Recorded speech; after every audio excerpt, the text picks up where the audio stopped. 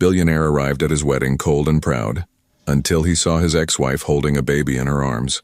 Before we begin, drop a comment telling us which city you're watching from. And once the story ends, don't forget to rate it from 0 to 10. Oh, and make sure to follow our channel for more stories like this. Now, sit back and enjoy every detail. He never thought a piece of paper could feel so heavy. Thatcher Rowe stood in his 42nd floor penthouse office, holding the cream-colored wedding invitation between his fingers like it might catch fire. The afternoon Manhattan skyline stretched endlessly beyond the floor-to-ceiling windows, but his attention was fixed on the elegant script that spelled out his sister's happiness. Rowena Rowe and Camden Fletcher, request your presence. 2 years. It had been exactly 2 years since he'd signed those divorce papers, each signature feeling like a small death. 2 years since Hazel Quinn had walked out of his life, taking with her the only warmth his sterile world had ever known. His assistant, Beverly, knocked softly on the glass door. "Mr. Rowe, the Meridian Holdings meeting is in 10 minutes. Cancel it," he said without turning around. Beverly blinked in surprise. Thatcher Rowe never canceled meetings. "Sir? They've flown in from Dubai specifically." "I said cancel it." She nodded quickly and disappeared, leaving him alone with the invitation and the weight of memories he'd spent 2 years burying under 18-hour workdays and ruthless business deals. Thatcher walked to his desk where a silver-framed photo sat face down in the drawer he never opened. He pulled it out now, his thumb tracing the glass. Hazel's laugh was frozen in time, her head thrown back, eyes crinkled with joy. They'd been at some forgettable charity gala, but she'd made it unforgettable just by being herself. "You never told her you loved her," a voice whispered in his mind. Not once, not properly. He'd convinced himself that providing for her was enough. The penthouse apartment, the designer clothes, the credit cards with no limits. He'd built an empire thinking that success would somehow translate into love, that his silence could be filled with material comfort. But Hazel had wanted him, just him, present, engaged, human, and he'd given her everything except the one thing she actually needed. His phone buzzed. A text from Rowena. "Please tell me you're coming. I know it's complicated, but I need my big brother there. She'll understand. We all will." Thatcher closed his eyes. His sister was marrying Camden Fletcher, a small-town veterinarian she'd met during one of her spontaneous road trips. The kind of man who probably said, "I love you" every morning over coffee and meant it every single time. The kind of man Thatcher had never learned how to be. Another photo caught his eye. This one of Rowena and Hazel from last Christmas, arms linked, both glowing with the kind of friendship that had somehow survived even his spectacular failure as a husband. His sister had made it clear Hazel would be there, as maid of honor, as family, because she still is family, even if you threw that away. Thatcher picked up his phone and scrolled to a number he'd memorized but never called. His finger hovered over Hazel's name for a long moment before he clicked it shut. What would he say? That he'd spent 2 years learning how to live without her and failed miserably at it? That every business triumph felt hollow because she wasn't there to share it? That he'd rather face a hostile takeover than see her again? He walked to the window, placing his palm against the cool glass. Somewhere out there, Hazel was living a life that didn't include him. Maybe she'd moved on. Maybe she'd found someone who knew how to love her properly, with words and presence, and all the things he'd been too proud or too scared to give. The thought made his chest tighten in a way that felt dangerously close to panic. Beverly's voice came through the intercom. "Mr. Rowe, your driver is here for the airport." Airport. Right. He'd made the decision without fully realizing it. His assistant had already booked the flight to San Francisco, arranged the rental car, confirmed his hotel in Napa Valley. Somewhere in his subconscious, he'd known he would go. Because despite everything, despite the pride, the fear, the 2 years of carefully constructed indifference, he couldn't miss his sister's wedding, even if it meant facing the woman whose heart he'd broken, even if it meant confronting the man he'd become in her absence. As the elevator descended toward the lobby, Thatcher caught his reflection in the polished steel doors. Same sharp jawline, same steel gray eyes, same perfectly tailored suit, but something was different, something that looked almost like hope, and that scared him more than any boardroom battle ever had. Some places hold memories like wine holds its flavor, deep, complex, and impossible to forget. The rental car's GPS announced his arrival at Silverbrook Vineyard, just as the sun began its descent behind the rolling hills of Napa Valley. Thatcher gripped the steering wheel tighter. watching dust motes dance in the golden light streaming through his windshield. This place looked exactly like something Rowena would choose. Rustic elegance wrapped in fairy lights and wild romance. Everything he wasn't. Cars lined the gravel driveway, modest sedans mixed with a few luxury vehicles, but nothing ostentatious. This wasn't his world of corporate galas and calculated networking. This was real life, where people laughed too loudly and hugged too long and said exactly what they meant. As he parked, Thatcher caught sight of familiar faces setting up chairs near a wooden arbor draped in white roses. His chest constricted. Somewhere among these people was Hazel. Thatcher! Rowena's voice cut through his spiraling thoughts. His sister practically bounced across the gravel, her pre-wedding glow making her look like she'd swallowed sunshine. Before he could brace himself, she launched into his arms with the enthusiasm of a golden retriever. "You came," she whispered against his shoulder. "I wasn't sure you would. I said I would." His voice came out rougher than intended. She pulled back, studying his face with the knowing look she'd perfected in childhood. "You look terrible." "Thanks. Very reassuring before I meet your future husband." Rowena laughed, linking her arm through his. "Camden's going to love you. He thinks all billionaires are secretly softies who rescue stray cats. I don't rescue stray cats. Yet." She winked. "Come on, let me show you around before the rehearsal dinner. Fair warning, Mom's here and she's already asked 3 times if you're bringing someone." Thatcher's stomach dropped. "What did you tell her?" "That you're working on it." Rowena's tone turned gentle. "I also told her that certain topics are off limits tonight." They walked toward the vineyard's main building, a converted barn with exposed beams and mason jar lights. The scent of jasmine and fresh bread filled the air, along with the distant sound of laughter and clinking glasses. It was the kind of place where conversations happened over shared meals and secrets spilled like wine. "She's here, isn't she?" Thatcher asked quietly. Rowena nodded. "She's my maid of honor, Thatch. She has been since we were 16 and planning our dream weddings in my bedroom. I couldn't not ask her." "I know," and he did. His sister's loyalty was fierce and uncomplicated, nothing like the mess he'd made of his own relationships. "Is she happy?" The question hung between them like a confession. Rowena stopped walking, turning to face him fully. "That's not my question to answer, but I will say this. She's different now, stronger, more sure of herself." She paused, choosing her words carefully. "She's been through some things." Things. The word felt loaded with implications he wasn't ready to examine. "Thatcher, honey." His mother's voice carried across the courtyard like a heat-seeking missile.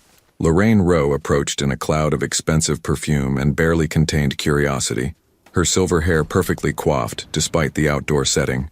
"Mom," he submitted to her embrace, inhaling the familiar scent of Chanel No. 5 and maternal concern. "You look thin," she declared, stepping back to examine him like a scientist studying a specimen.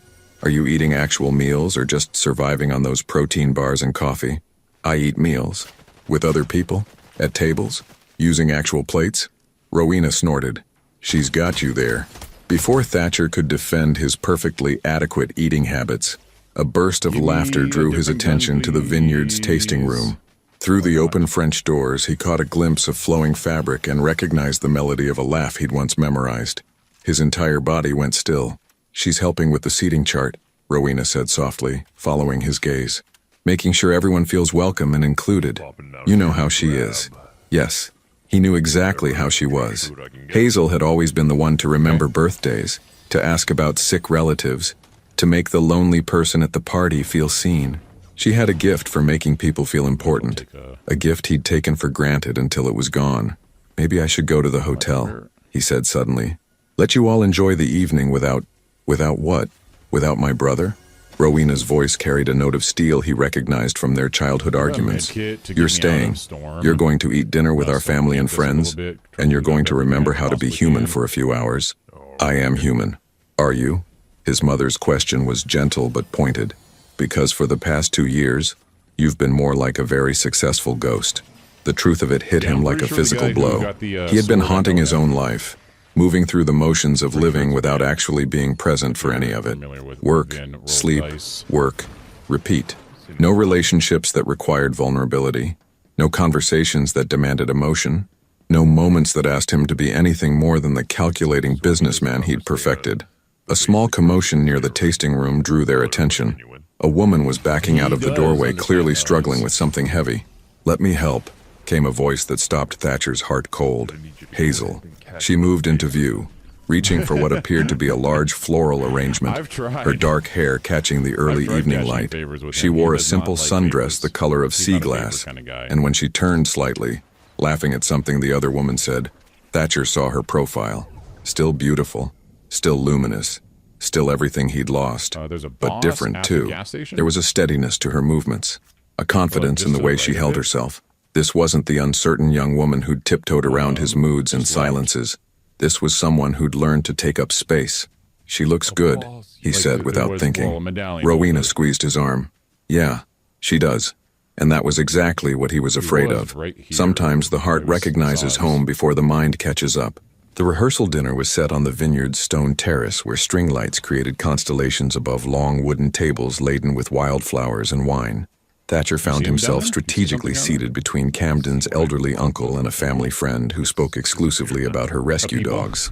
A buffer zone Rowena had clearly orchestrated. He should have felt grateful. Instead, he felt like a coward. 3 tables over, Hazel sat with the other bridesmaids, her laugh carrying on the evening breeze like music he'd forgotten he loved. She was animated, gesturing with her wine glass, as she told some story that had the whole table leaning in. The woman beside her, Camden's sister if he remembered correctly, was practically glowing with amusement. This was the Hazel he remembered from their early days together, before his silences had taught her to dim her light. "You're staring," Rowena murmured, sliding into the empty chair beside him with the stealth of a seasoned spy. "I'm observing.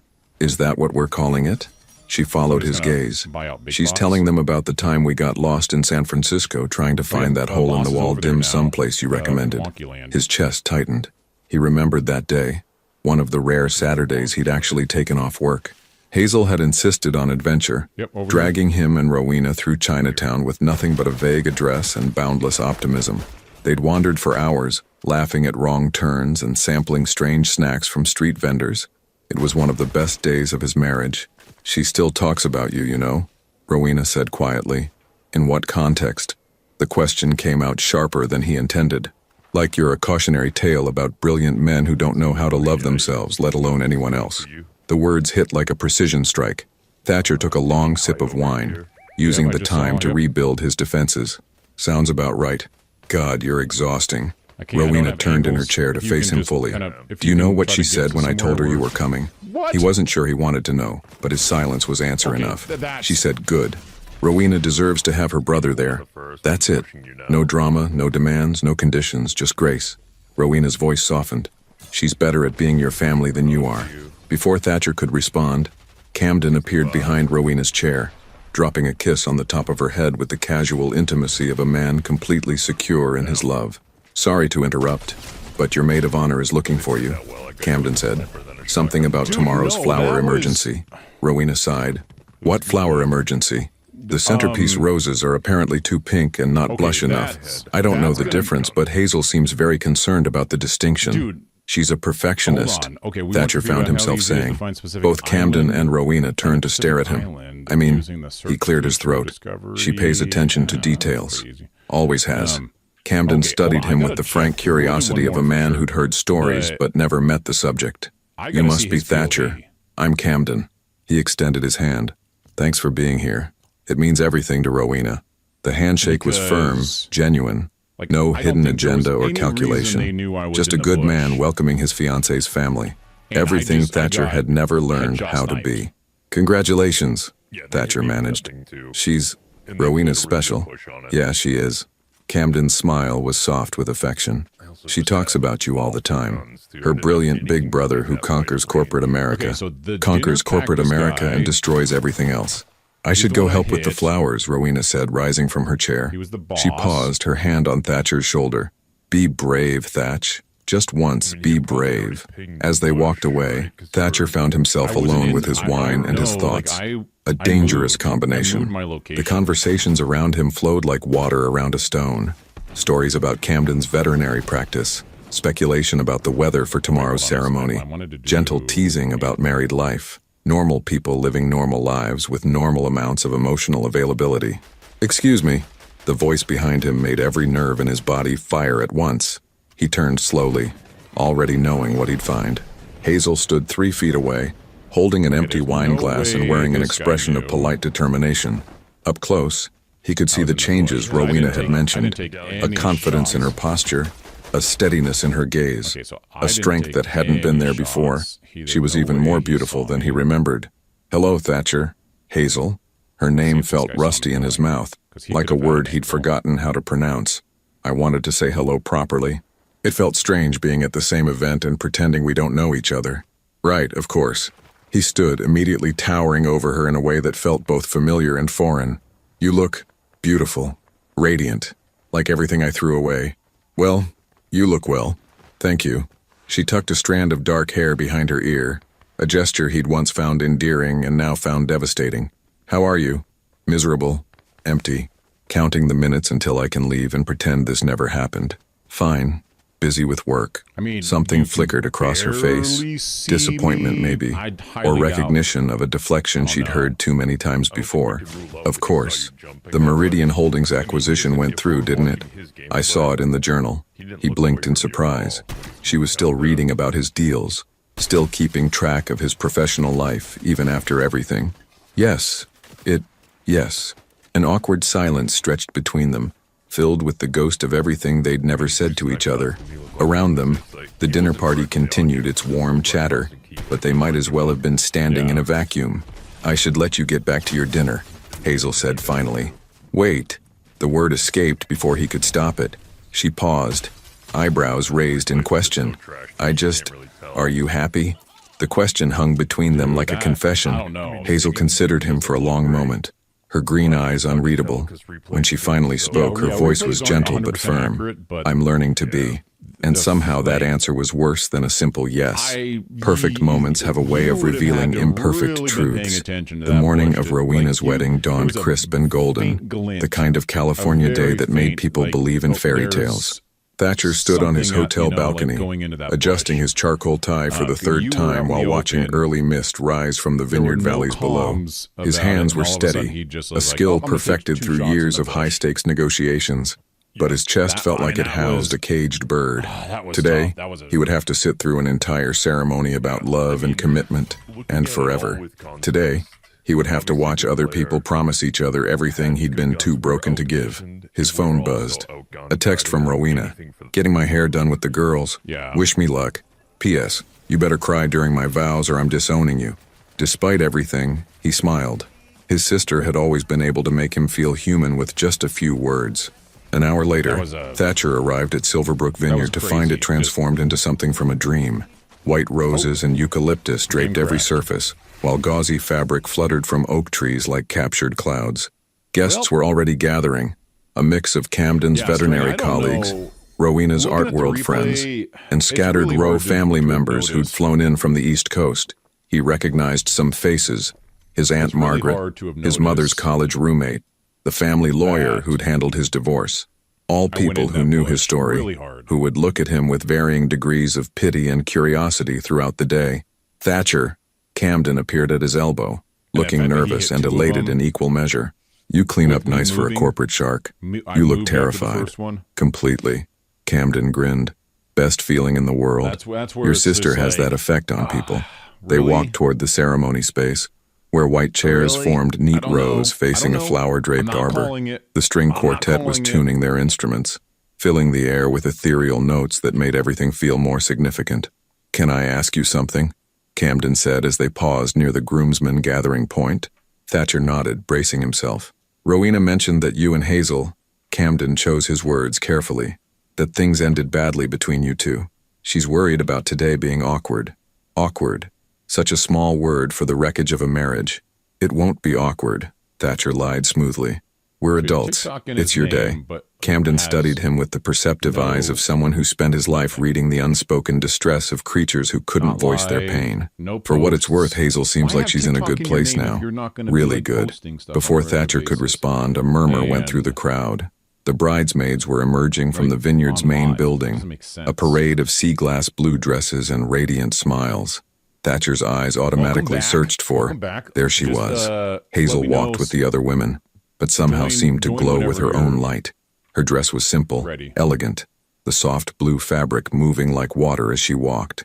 Her dark hair was swept up in loose curls, with small white flowers tucked behind one ear. She looked like springtime, like hope, like everything beautiful he'd convinced himself he didn't deserve. But it wasn't her beauty that stopped his breath. It was what she carried. In her arms, nestled against her chest like he belonged there, was a baby. A little boy with dark hair and chubby cheeks, maybe a year old, wearing a tiny navy suit that made him look like the world's most adorable wedding guest. He was awake, his big eyes taking in all the activity with the solemn curiosity of the very young. Thatcher's world tilted sideways. The timing crashed over him like a wave. Rowena's wedding was in late September. If the baby was around a year old, that would mean no. His mind frantically did the math while his heart hammered against his ribs. 15 months ago, he and Hazel had been divorced for several months already. There was no way. But then the baby turned his head, and Thatcher saw his profile. Gray eyes. The same storm cloud gray that looked back at him from mirrors. The same eyes that had made him famous in boardrooms for their intensity, that his father had called roe eyes, with fierce pride. The same eyes he'd inherited from 5 generations of roe men. "Oh God," he whispered. Camden followed his gaze and then looked back at Thatcher with sudden understanding. "You didn't know." It wasn't a question. Thatcher couldn't speak, couldn't breathe, couldn't do anything but stare at the child in Hazel's arms. His child, who was now looking directly at him with curious, familiar eyes. The baby made a soft cooing sound, and Hazel looked down at him with such tender affection that Thatcher felt something crack wide open in his chest. Then, as if sensing scrutiny, she raised her head. Her eyes met his across the crowd. For one perfect, terrible moment, the entire wedding party, the guests, the vineyard itself seemed to disappear. There was only Hazel, holding a child with his eyes, looking at him with an expression he couldn't read. She didn't look angry. She didn't look vindictive or satisfied or cruel. She looked sad, profoundly, heartbreakingly sad. The music swelled, signaling the start of the ceremony, and Hazel looked away first. She whispered something to the baby, who snuggled closer to her chest, and then she took her place in the processional line. Thatcher stood frozen as the wedding began around him, his entire understanding of the last 2 years crumbling like a house of cards. He had a son, and he'd never even known the boy existed. Love is witnessed in moments that steal your breath and change everything. Thatcher moved through the ceremony like a man underwater. He found his seat in the third row, between his mother and Aunt Margaret, but he might as well have been floating in space. Every cell in his body was attuned to the child 20 feet away, the little boy who kept making soft babbling sounds that somehow carried over the string quartet. Milo, he remembered suddenly. Hazel had said his name was Milo. His son's name was Milo. "Are you all right, dear?" His mother leaned over, her brow furrowed with concern. "You look pale." "Fine," he managed, though the word felt like gravel in his throat. The processional began, and Thatcher forced himself to focus on his sister. Rowena deserved his attention on her wedding day, not his personal crisis. But as the bridesmaids walked down the petal-strewn aisle, his eyes kept drifting to Hazel. She moved with practiced grace, having clearly done this walk during yesterday's rehearsal. The baby, Milo, was content in her arms, occasionally reaching for the flowers in her bouquet with the grabby enthusiasm of toddlers everywhere. A few guests cooed appreciatively as they passed, charmed by the unexpected addition to the wedding party. Did they know? Thatcher wondered frantically. Did any of these people know that child was his? When Hazel reached the altar, she took her place with the other bridesmaids but kept Milo close. The officiant, an elderly man with kind eyes, smiled at the baby and whispered something that made Hazel's face soften with gratitude. Then the wedding march began and Rowena appeared. For a moment, Thatcher forgot everything else. His sister was luminous in ivory silk, her face glowing with the kind of joy that made everyone around her feel lighter. Their father would have been proud to walk her down this aisle, but he died when Rowena was still in college, leaving Thatcher to fill roles he'd never felt qualified for. Like so many things, he thought bitterly. Rowena caught his eye as she passed and winked, just like she had at her high school graduation, her college plays. Every milestone where she'd needed to know her big brother was watching. The gesture was so purely Rowena that Thatcher felt his throat close with emotion. When she reached Camden, her soon-to-be husband took her hands with the reverence of a man holding a miracle. The love between them was so palpable that even the cynics in the crowd seemed to melt a little. "Dearly beloved," the officiant began, and Thatcher tried to focus on the words. Something about gathering together, about witnessing love. about the sacred bonds that tie souls together. But his attention kept fracturing. Every time Milo made a sound, every time Hazel shifted him in her arms, every time those familiar gray eyes turned in his direction, Thatcher felt like his carefully constructed world was crumbling piece by piece. Love is not just a feeling, the officiant was saying. It's a choice made daily, in small moments and large gestures, in presence and patience, and the courage to be vulnerable. The words hit like physical blows. Presence, patience, vulnerability. Everything he'd failed to give Hazel. Everything he'd been too afraid, too proud, too damaged to offer. Camden and Rowena have chosen each other not just for who they are today, but for who they promised to become together. Thatcher's eyes found Hazel again. She was swaying slightly, unconsciously soothing Milo. Her attention split between the ceremony and her maternal instincts. She looked serene, competent, like motherhood had always been part of her design. She'd done this alone. The realization hit him with stunning force. She'd been pregnant, given birth, raised their son for over a year, and he'd known nothing about it, because he'd made it clear that he didn't want to know, because he'd responded to her attempts at contact with silence, because he'd been so consumed with protecting himself that he'd abandoned them both. Do you, Camden, take Rowena to be your wife? To love her in sickness and in health, in joy and sorrow, for richer or poorer, as long as you both shall live? I do. Camden's voice was strong, certain, filled with the kind of conviction Thatcher had never been able to muster. Do you, Rowena, take Camden to be your husband? To love him in sickness and in health, in joy and sorrow, for richer or poorer, as long as you both shall live? I do. Rowena's voice broke slightly with emotion, but her smile was radiant. As they exchanged rings, Thatcher found himself thinking about his own wedding day. He and Hazel had married in a small ceremony at the courthouse, followed by dinner at an expensive restaurant he'd chosen. Efficient, practical, lacking in any of the raw emotion flowing through this vineyard. Had Hazel wanted something like this?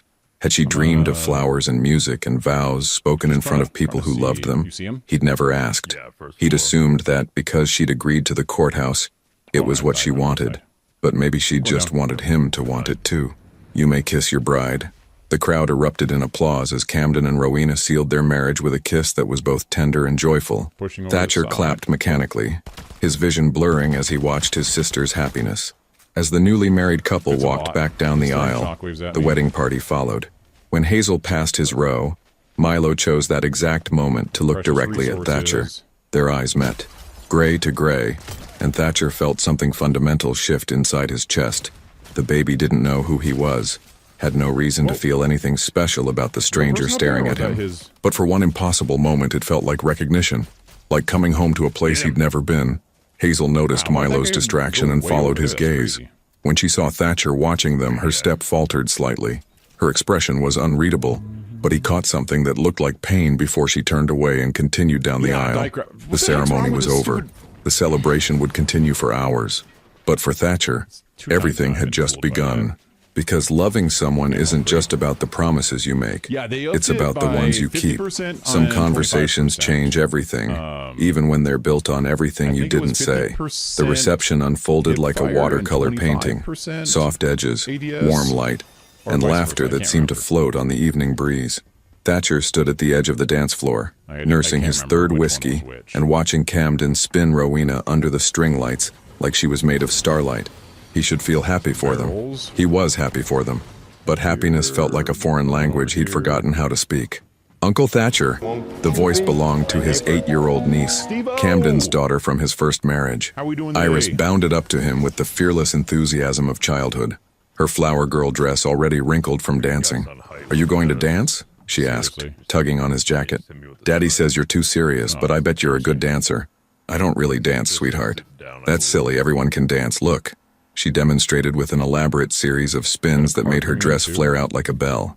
See? Easy. Despite everything, Thatcher smiled. You're right. That does look easy. Will you dance with me? Just one song? Before he could formulate a polite excuse, Iris had grabbed his hand and was pulling him toward the other couples. Thatcher found himself swaying awkwardly to a soft jazz standard, trying to match the rhythm of an 8-year-old who danced like nobody was watching. You're not very good at this, Iris observed with brutal honesty. I'm out of practice. When was the last time you danced? The question hit him unexpectedly. When had he last danced? At his own wedding? Some corporate event where dancing was a social obligation rather than joy? I can't remember, Oh my gosh. he admitted. Iris looked at him with the kind of piercing curiosity that children wielded like a He's dead, by the way. superpower. That's sad. Dancing is fun. It makes your heart feel light. Light. When had his heart ever felt light? The song ended, and Iris curtsied dramatically Purple before Pump putting skipping in off to work. find new adventures. I was waiting Thatcher to see was the left green standing alone revive on the symbol. dance floor, feeling more exposed than he had in any Right, the other boardroom. guy's down low, right? She's got Camden's confidence. Thatcher turned to find Hazel beside him. Milo balanced on her hip. Up close, he could way see down. the fine lines around Not her over eyes, here? the subtle changes that 2 years had brought. But her voice was the same, warm honey, with just a hint of smoke. He seems like a good father, Thatcher said carefully. dead. He is. He loves her like she's his own. Hazel shifted Milo, who was studying Thatcher with that serious baby expression that somehow felt familiar. Love isn't always about biology. The words carried weight, implications he wasn't sure he was ready to examine. How old is any he? insider Thatcher tips? asked, even though he'd already done the math a dozen times. 15 months. Hazel's voice was neutral, barrels here, giving and nothing then away. kit here. His birthday was last month, come up. August, which meant he'd been conceived in May 2 years Zip ago, line. 2 months before their divorce was finalized. During that strange, awful period when they were still is there sharing a zip line? bed but barely Otherwise, speaking, how do we get up? when Oh, every you got another conversation zip line. felt like walking through a minefield. Hazel, any I... tips? Not here. Just, Her voice was down, gentle but firm. dweeb. Not Yo, at your Zach, sister's good wedding. morning. Milo chose that moment to reach toward Thatcher, his chubby fingers I don't know, grasping just at the be like, air "Hey, between guys, how them. you doing?" I mean, Without honestly, thinking, just Thatcher extended his hand, and Milo's tiny fingers wrapped around his index finger with surprising strength. The contact was Yes. electric. This As far small as- person, oh, wait, this the perfect whole- I combination wanted of to get- features he I saw- recognized, Go and ahead, expressions I'm that gonna- were purely his own, just before holding they on to came him in, like I an was anchor. about to, get Hi some there, shockwaves Thatcher on the whispered, top of the his voice rougher than intended. Milo babbled something that might have been a greeting, March. his gray eyes, so much like his own, wide with a good curiosity. month, though. He had Hazel's dark hair, but Thatcher's stubborn cowlick, her delicate features, but his determined chin. He's beautiful, I mean, all Thatcher firefighters said, are meaning gonna it tell you we're just completely. normal people, He looks like right? you. Like, we're not There was here no to anger in around any of Hazel's that voice, stuff, just so- simple observation.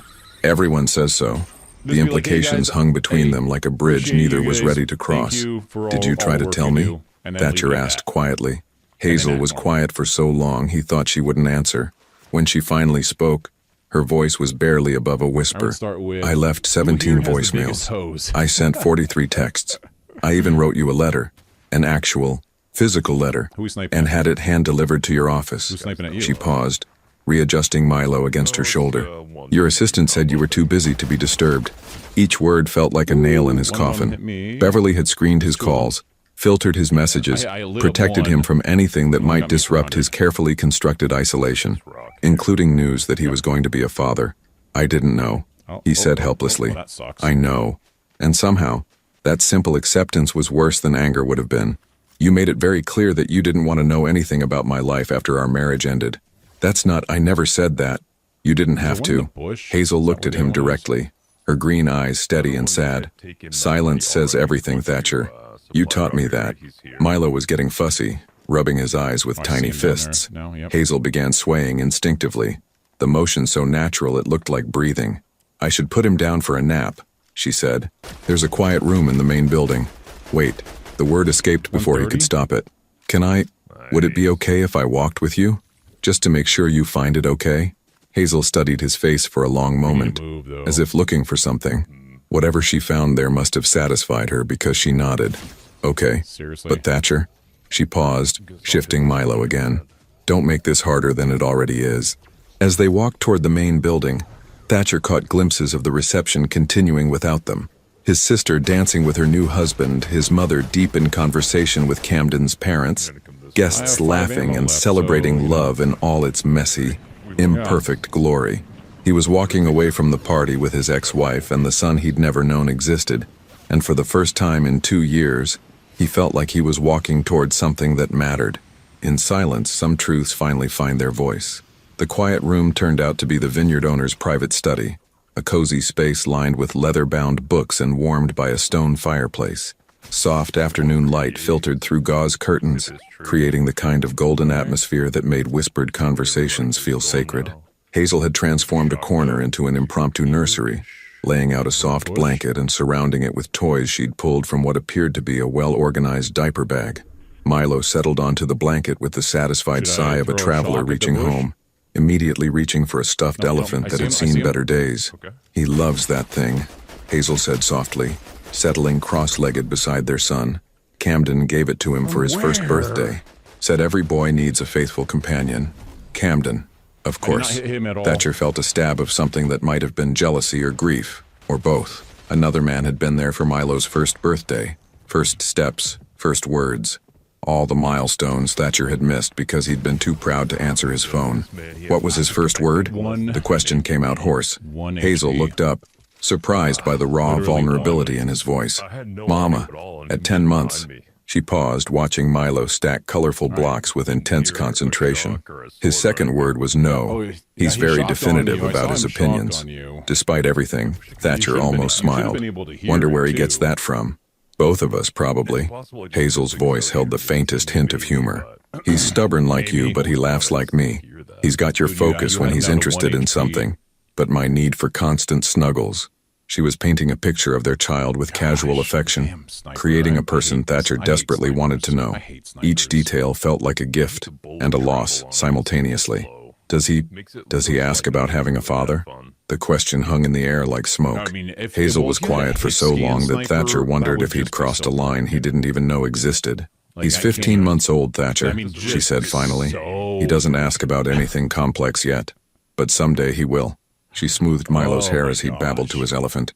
And I've been dreading that day since the moment I realized you weren't going to be part of his life. The words hit him like a physical blow. I didn't know there was a life to be part of. Because you didn't want to know. There was no accusation in her voice, just tired acceptance. After the divorce, you made it clear that our chapter was closed. Permanently. That's not what Thatcher stopped, because wasn't it exactly what he'd meant? Hadn't he instructed Beverly to handle any contact from Hazel? Hadn't he thrown himself into work specifically to avoid thinking about what he'd lost?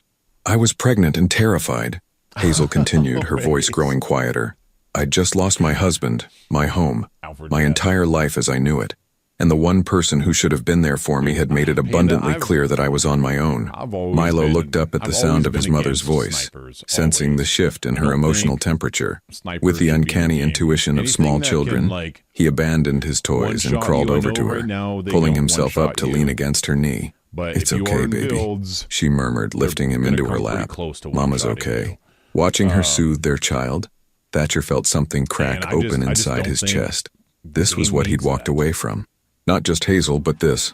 The quiet intimacy of a family. The way love looked when it was lived rather than just spoken.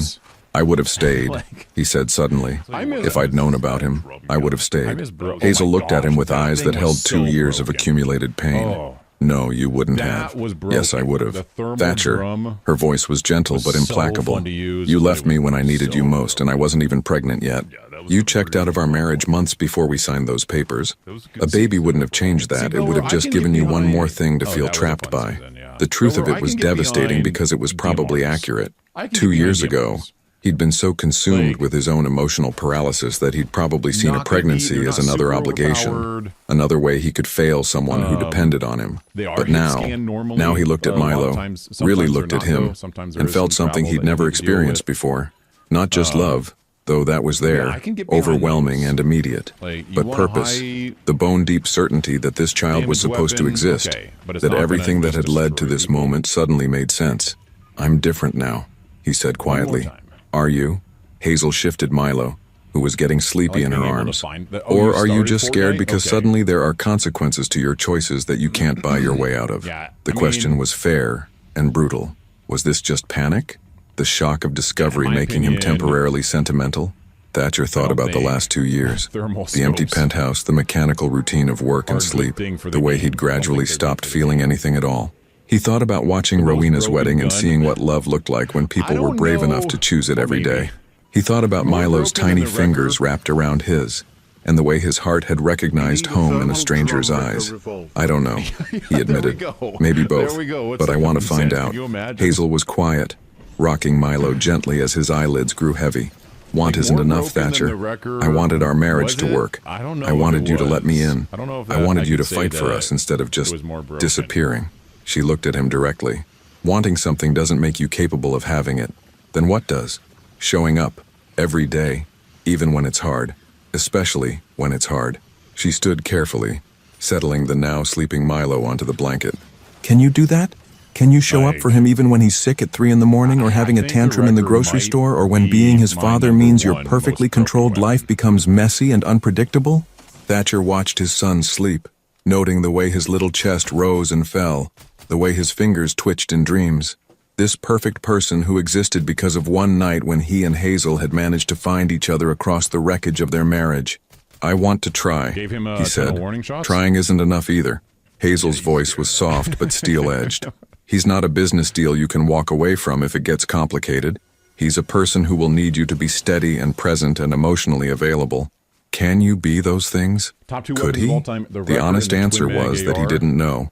But looking at Milo, feeling the weight of everything he'd already missed, Thatcher knew he had to find out. I don't know how to be a father, he said quietly, but I want to learn. And for the first time in his life, wanting something felt like the beginning of actually fighting for it. Some decisions are made in the quiet hours when the world feels full of possibilities. Thatcher hadn't slept. He'd returned to his hotel room after the reception ended, loosened his tie, and spent the entire night sitting in the chair by the window, staring out at the vineyard bathed in moonlight. Every time he closed his eyes, he saw Milo's face. Those familiar gray eyes, the way he'd reached for Thatcher's finger with such trust. The perfect weight of him sleeping on the blanket. His son. The word still felt foreign, like trying on clothes that might not fit. But something fundamental had shifted in his chest.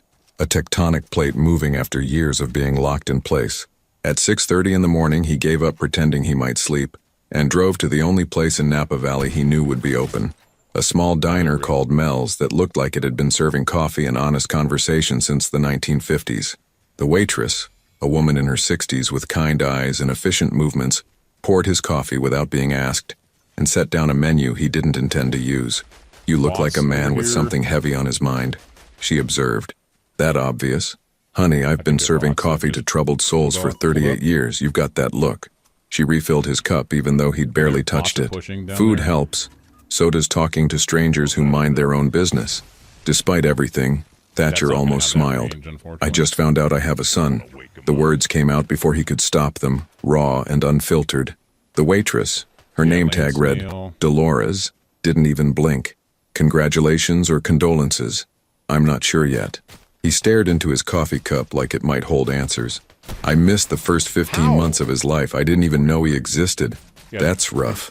Dolores leaned against the counter, clearly settling in for the kind of conversation that only happened in diners at dawn. His mama didn't tell you? She tried. I wasn't, available. The single syllable carried a world of understanding. You were being an ass. The blunt assessment was so accurate it was almost funny. Yeah, I was being an ass. Well, the good news is that being an ass isn't a permanent condition. Dolores straightened up as the bell above the door chimed. Question is, what are you going to do about it now? Thatcher turned to see who had entered and felt his heart stop. Hazel stood in the doorway looking uncertain and tired, her hair pulled back in a messy bun and wearing jeans and a sweater that made her look younger than her 34 years. In her arms, Milo was wide awake and curious, taking in the diner's red vinyl booths and chrome fixtures with the fascination of someone seeing the world for the first time. I'm sorry, Hazel said, spotting Thatcher immediately. I didn't know you were here. We can go. Don't. He stood up, nearly knocking over his coffee cup. Please, stay. Hazel hesitated, clearly torn between flight and the need for caffeine that every parent understood. Milo made the decision for her by pointing at the colorful jukebox in the corner and babbling excitedly. Jukebox, Hazel said patiently. That's a jukebox, baby.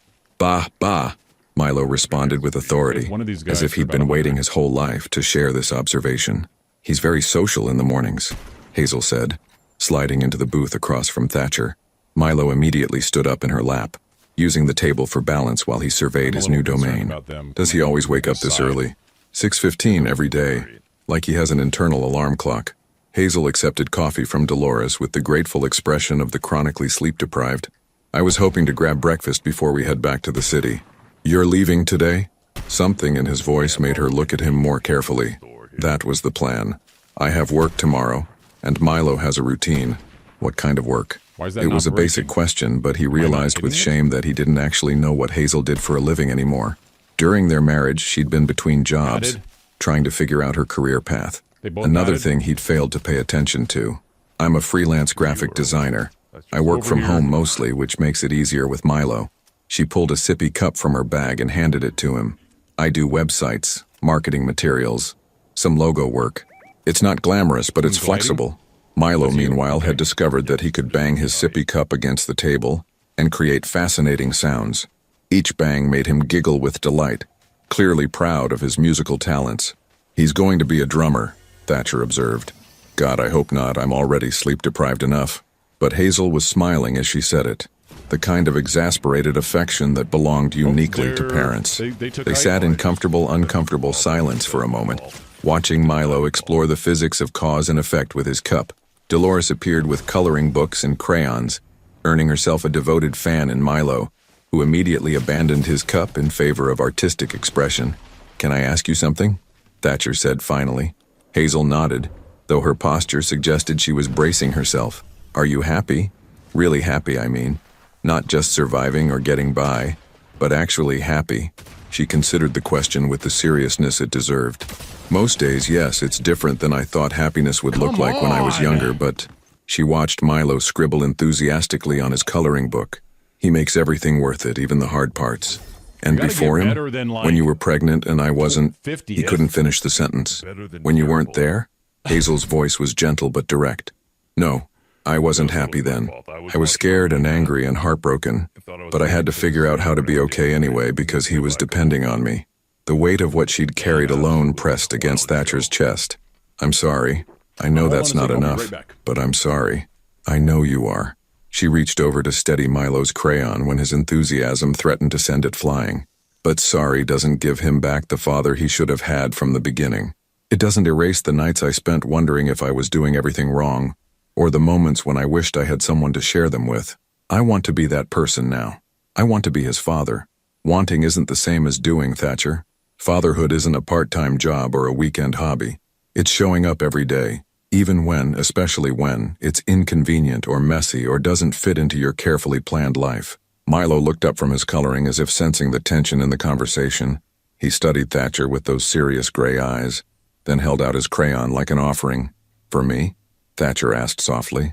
Da, Milo said solemnly, which seemed to mean yes in whatever language 15-month-olds spoke. Thatcher accepted the crayon with the reverence of receiving a royal decree. Thank you. Milo beamed, proud of his generosity, then immediately went back to his artistic endeavors. He likes you, Hazel observed quietly. How can you tell? He doesn't usually share his crayons.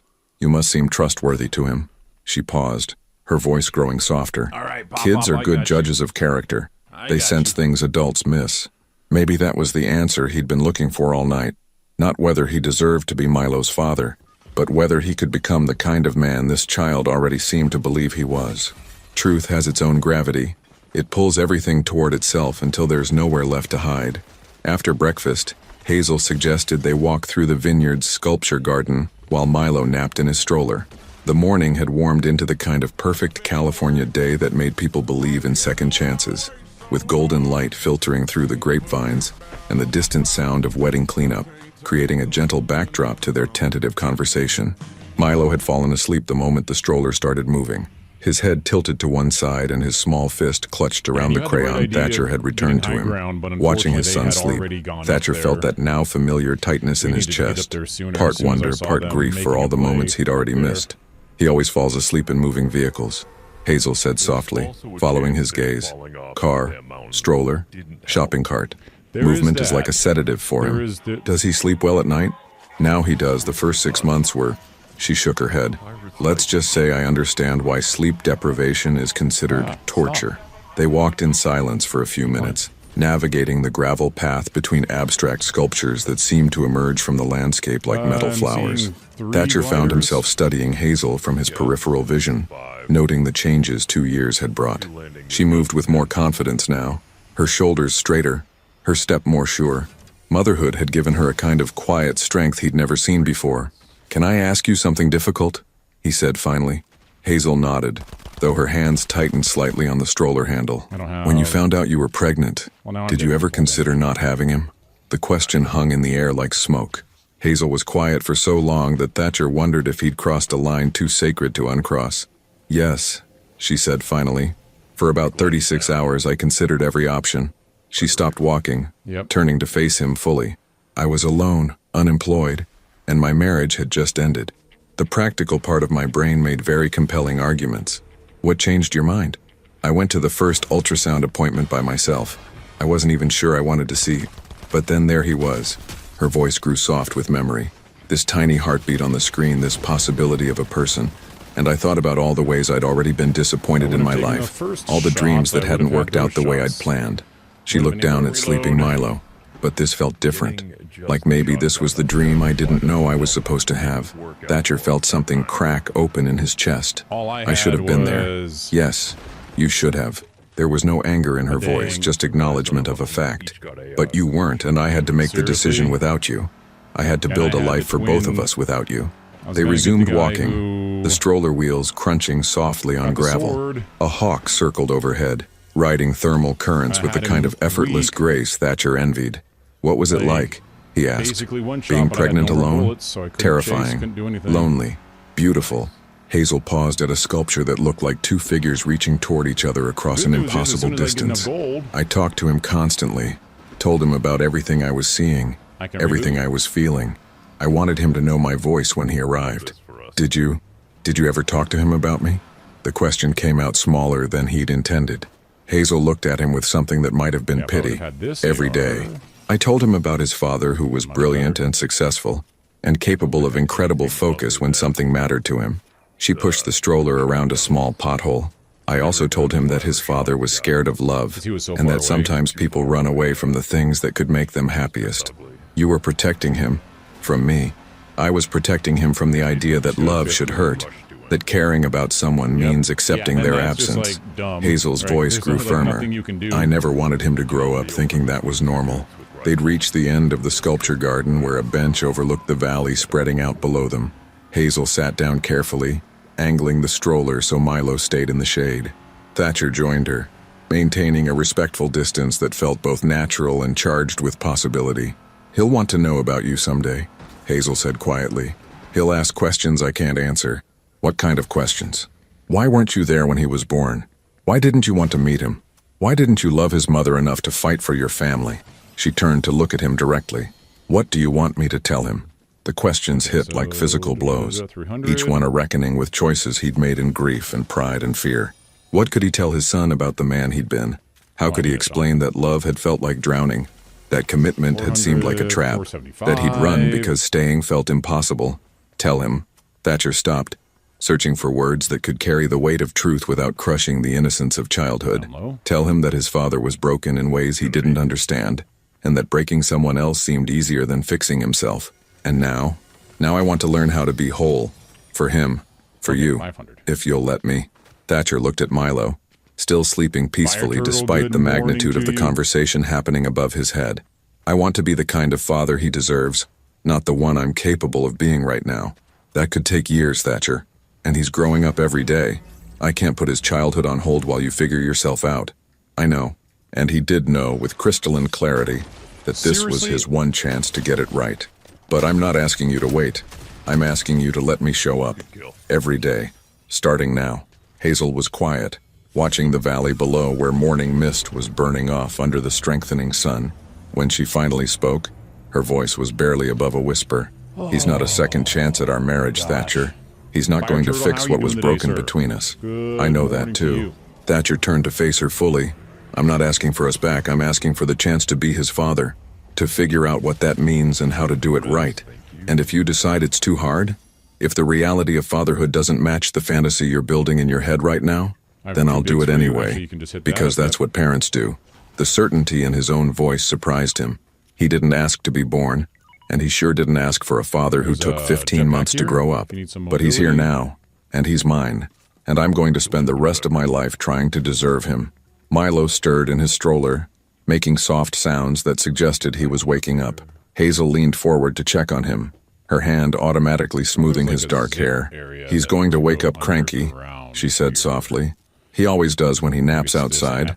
What do you usually do when he's cranky? Sing to him. He likes lullabies, even though I'm a terrible singer. She looked at Thatcher with something that might have been hope. Do you want to try? And for the first time in his adult life, Thatcher Rowe said yes to something that scared him more than any boardroom negotiation ever could. Some moments become the foundation for everything that comes after. Milo woke up exactly as Hazel predicted, with the indignant confusion of someone who'd been disturbed from perfect slumber.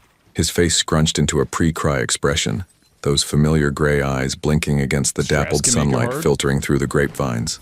"Hey, sleepyhead," Hazel said softly, unbuckling him from the stroller. "You had a nice nap." But Milo was having none of it. He rubbed his eyes with tiny fists and let out the kind of wail that suggested the world had personally offended him. Other visitors to the sculpture garden turned to look, their expressions ranging from sympathetic to mildly annoyed. "He's not usually this loud," Hazel said apologetically, bouncing him gently. "The change in routine has him off balance." Thatcher watched his son's face crumple with distress and felt an unexpected surge of protective instinct. This small person was unhappy, and every fiber of his being wanted to fix it. "What do you sing to him?" he asked. "Usually something my grandmother used to sing to me, but I'm really not. Let me try." Hazel looked surprised, but shifted Milo toward him. "Are you sure? He's pretty upset, and he doesn't really know you yet." "I'm sure." The transfer was awkward at first. Milo's crying intensified when he found himself in unfamiliar arms, his little body rigid with distress. Thatcher felt panic rise in his throat. What if he couldn't comfort his own child? What if Milo rejected him completely? Then he remembered something from his own childhood, buried so deep he'd forgotten it existed. His father, Marcus Rowe, had been many things, demanding, distant, emotionally unavailable in the way that successful men of his generation often were. But there had been one night, when Thatcher was maybe 4 years old and burning with fever, when his father had sat beside his bed and sung. Not well. Marcus Rowe had possessed many talents, but singing wasn't among them. But he'd sung anyway, his deep voice rough with exhaustion and worry until Thatcher had finally fallen asleep. Now, holding his own son, Thatcher reached for that half-remembered melody. "You are my sunshine, my only sunshine." His voice was rusty from disuse, uncertain on the notes, but he kept going. Milo's crying didn't stop immediately, but it shifted from outraged wailing to hiccuping sobs. "You make me happy when skies are gray." Thatcher found himself swaying slightly, the movement natural and instinctive. He could feel Hazel watching them, but he couldn't spare attention for her reaction. All his focus was on this small, upset person who shared his eyes and his stubborn streak. "You'll never know, dear, how much I love you." Milo's sobs were quieting now, replaced by the shuddering breaths that came after hard crying. His small hand found the fabric of Thatcher's shirt and gripped it, holding on like an anchor. "Please don't take my sunshine away." By the time Thatcher reached the end of the verse, Milo had gone completely still in his arms. Not asleep, his eyes were wide and alert, but calm, listening, as if something in his father's voice had finally reached him. "That was my father's song," Thatcher said quietly, his voice rough with emotion he hadn't expected. "I haven't thought about it in 30 years. Hazel wiped at her eyes, not bothering to hide the tears there. He stopped crying. "He's listening." Thatcher looked down at Milo, who was indeed studying his face with the intense concentration that babies brought to new experiences. "Hi there, buddy. I'm your dad." The words felt different this time. Not foreign or frightening, but true. Simple and complicated and terrifyingly real. Milo reached up with one small hand, his fingers finding Thatcher's jaw and exploring with the careful curiosity of a scientist.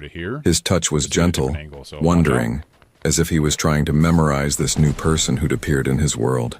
"Duh," Milo said solemnly. Thatcher's breath caught. "Did he just... That's his word for everything right now," Hazel said quickly. "Don't read too much into..."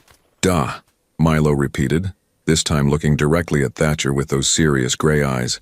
Then, as if he'd made some internal decision, he smiled. It was like watching the sun rise, this perfect, gummy smile that transformed his entire face, making him look like the happiest person who'd ever existed. And he was giving it to Thatcher, this stranger, who'd been absent for every important moment of his short life, who'd failed him before he'd even had the chance to try. "Oh," Thatcher whispered, feeling something fundamental shift inside his chest. "Oh, Milo." He pressed a kiss to the top of his son's head, inhaling the sweet baby scent of him, powder and innocence and infinite possibility. This was love, he realized. Not the complicated, frightening emotion he'd spent years running from, but something pure and essential, and absolutely non-negotiable. This was what people meant when they talked about unconditional love. This was what his father must have felt, holding his feverish son and singing badly in the dark. This was what Hazel had discovered the moment she saw Milo's heartbeat on that ultrasound screen.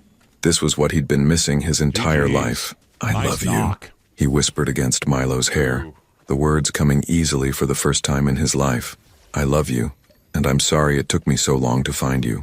Milo babbled something in response, his small hands patting Thatcher's chest as if to say it's okay, you're here now. When Thatcher finally looked up, he found Hazel watching them with an expression he couldn't quite read.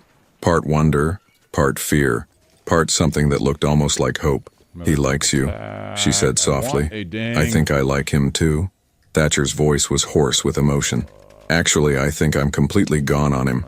That's how it works," Hazel said, stepping closer to them both. "One minute you're fine, and the next minute you'd move mountains to make sure they're happy. Is it always this intense? Only for the first 18 years or so.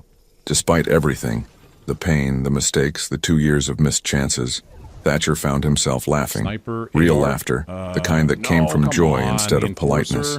And Milo, delighted by this new sound, laughed back. In that moment, surrounded by sculptures and sunshine, and the promise of everything they could build together, Thatcher Rowe finally understood what it meant to come home. 6 months later, love is not a destination. It's a practice, repeated daily, in moments both ordinary and extraordinary. The playground in Central Park buzzed with the chaotic energy of a Saturday afternoon in spring. Children raced across monkey bars and down slides while parents clustered on benches, half watching their offspring while stealing precious moments of adult conversation. Thatcher Rowe sat cross-legged in the sandbox, his expensive suit pants already dusted with sand, building what could generously be called a castle with his 21-month-old son. Milo took his architectural duties seriously, carefully placing each bucket of sand exactly where his father indicated, then immediately knocking down whatever they'd built with the delighted laughter of someone who understood that destruction could be just as satisfying as creation. "Tower," Thatcher said patiently, rebuilding for the 4th time. "This is a tower, buddy." "Tow," Milo repeated solemnly, then promptly demolished it again with his plastic shovel. "He's definitely your son," came a familiar voice behind them. Thatcher turned to find Hazel approaching with 2 coffee cups and the patient expression of someone who'd been watching this same scene play out for 20 minutes. She'd started joining their Saturday playground visits a month ago, tentatively at first, then with growing comfort as she watched Thatcher navigate the territory of active fatherhood. "What's that supposed to mean?" he asked, accepting his coffee gratefully. "He builds things up just so he can knock them down." Very corporate. Hazel settled onto the bench nearby, close enough to supervise, but far enough to give them space. "How did the meeting with your board go yesterday?" "Better than expected." Thatcher helped Milo fill his bucket again, marveling at how these small hands had become the most important things in his world. "I told them I wouldn't be available for weekend calls anymore, or after 7 p.m. on weekdays." "How did they take it?" "About as well as you'd expect. Henderson looked like I'd announced I was joining the circus." Thatcher grinned. "But the quarterly numbers speak for themselves. Turns out I'm actually more effective when I'm not working 18-hour days." It was true. The last 6 months had been a revelation in more ways than one. Forcing himself to leave the office at reasonable hours to be present for dinner and bath time and bedtime stories had initially felt like cutting off a limb, but something unexpected had happened. His focus at work had sharpened. Without the luxury of endless hours, he'd become ruthlessly efficient, delegating more, trusting his team, making decisions faster and with more confidence. And the time with Milo, that had become sacred. "Dada," Milo announced, holding up a seashell he'd found buried in the sandbox. Shell, Thatcher agreed, accepting this treasure with appropriate reverence. "Very nice shell, buddy." The word "dada" still hit him like a physical blow every time he heard it. 3 months ago, Milo had progressed from his generic "da" to the specific recognition of fatherhood. And Thatcher had actually cried the first time it happened, right there in the pediatrician's waiting room, while Milo sat on his lap flipping through a board book and casually revolutionizing his father's understanding of joy. "He's gotten so much more verbal," Hazel observed. Remember when his biggest accomplishment was saying no to everything? He still says no to everything. Now he just explains why. Thatcher watched Milo carefully sort his collection of sandbox treasures. Shells, interesting rocks, a discarded toy car some other child had left behind. Yesterday he told me, "No bath, Dada. I'm busy," when I tried to get him ready for bed. What was he busy with? Staring at the ceiling fan. Apparently it was very important ceiling fan business. Hazel laughed, the sound lighter than Thatcher remembered from their marriage. She was different now, more confident, more settled in her own skin. Motherhood suited her in ways that wifehood never had, probably because she'd been free to discover it on her own terms. They were different too, he and Hazel. Not romantic. That ship had sailed and they both knew it. But something that felt more sustainable. Co-parents who genuinely liked each other, who'd learned to communicate without the weight of failed expectations and unspoken resentments. It wasn't the family Thatcher had imagined during his brief, naive fantasies of reconciliation, but it was real, and it was theirs, and Milo thrived in the center of it. "I have something to tell you," Hazel said, her tone shifting slightly. Thatcher looked up from where he was helping Milo construct what appeared to be a sand highway system. "Good something or concerning something?" "I think good. I hope good." She took a breath. "I've been seeing someone." The words hung in the air between them. Thatcher felt a complex surge of emotions. Surprise, a brief flicker of something that might have been jealousy, and then, surprisingly, genuine relief. "Tell me about him." "His name is David. He's a teacher at Milo's music class. You know, the one on Thursday mornings that you can never make because of your standing meetings. The one where they sing songs about farm animals and bang on tiny drums. That's the one." Hazel smiled. "He's patient with toddler meltdowns, he makes terrible dad jokes, and he already knows that Milo comes first. Always. Does Milo like him?" "He calls him Dave and always wants to show him his toy cars." Hazel paused. "I wanted you to hear it from me before you met him officially." Thatcher considered this development while Milo presented him with another shell for his approval. 6 months ago, the idea of another man in Hazel's life would have sent him into a spiral of possessiveness and regret. Now, looking at her face, the cautious happiness there, the way she seemed lighter when she talked about this David, he found he mostly felt grateful. Grateful that she was moving forward. Grateful that she'd found someone who understood that loving her meant loving Milo too. Grateful that she'd given him the gift of honesty instead of letting him discover it accidentally in some awkward playground encounter. "I'm happy for you," he said, and meant it. "When do I get to meet this paragon of patience and terrible jokes? Are you sure? It won't be weird for you?" "Hazel." Thatcher turned to face her fully. "You gave me the greatest gift of my life, and I spent 2 years pretending I didn't want it. The least I can do is be happy that you found someone who appreciates what an incredible woman you are." Her eyes filled with tears, though she was smiling. "That might be the nicest thing you've ever said to me. I'm working on saying nicer things in general. Milo's a tough critic. He doesn't laugh at my material unless it's genuinely funny."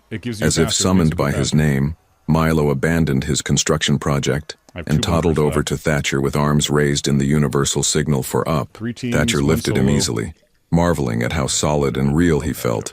This perfect person who'd taught him that love wasn't something to be feared, but something to be practiced. "Hungry, Dada," Milo announced, patting Thatcher's cheek with sandy hands. "Hungry for what, buddy?" "Nanas. Bananas," Thatcher translated for Hazel's benefit, though she was already reaching into the diaper bag that had become a permanent fixture of their Saturday adventures. Watching Hazel peel a banana with the efficiency of someone who'd performed this task hundreds of times, watching Milo settle contentedly in his lap to eat it, Thatcher felt the familiar wash of gratitude that had become his default emotional state. This wasn't the life he'd planned. It wasn't the neat, controlled existence he'd once thought he wanted. It was messier, more complicated, infinitely more demanding than anything he'd ever taken on. It was also the first life that had ever felt worth living. "Dada," Milo said around a mouthful of banana, looking up at him with those serious gray eyes. "Sing song." "Which song, buddy?" "Sunshine Song." Thatcher looked at Hazel, who nodded encouragingly. They'd discovered that Milo had inherited his father's love of routine. The same songs, the same stories, the same bedtime rituals that made his world feel safe and predictable. "You are my sunshine, my only sunshine." Other parents in the playground turned to listen, charmed by the sight of this serious businessman singing to his sandy-faced toddler in the middle of Central Park on a Saturday afternoon. You make me happy when skies are gray. Milo settled deeper into his father's arms, his small body relaxed and trusting. Hazel pulled out her phone and took a picture. Not posed or perfect, just real. A man and his son, and a song that connected them to something larger than themselves. You'll never know, dear, how much I love you. As Thatcher sang, he thought about the man he'd been 6 months ago. Successful, certainly. Accomplished, definitely. But fundamentally alone in ways he'd been too afraid to acknowledge. Now, covered in sandbox sand and banana fingerprints, singing off-key to a toddler who thought he hung the moon, Thatcher Rowe had never felt richer. Please don't take my sunshine away. When the song ended, Milo clapped his sticky hands together and demanded more, with the authority of someone accustomed to having his requests honored. So Thatcher sang it again and again, and would continue singing it every time his son asked, for as long as Milo wanted to hear it, because that's what fathers do. They show up, they sing songs, and they love without conditions or reservations. They choose every day to be the sunshine their children deserve. Do you have the courage to love someone even when it changes everything you thought you knew about yourself? What would you do if life gave you a second chance at the love you thought you'd lost forever? Your participation in this channel is very important. Please leave your opinion in the comments. Thank you for watching. If you enjoyed the story, please subscribe to our channel and leave a comment below letting us know what you thought. Your feedback and support mean a lot to us. Stay tuned for more exciting stories.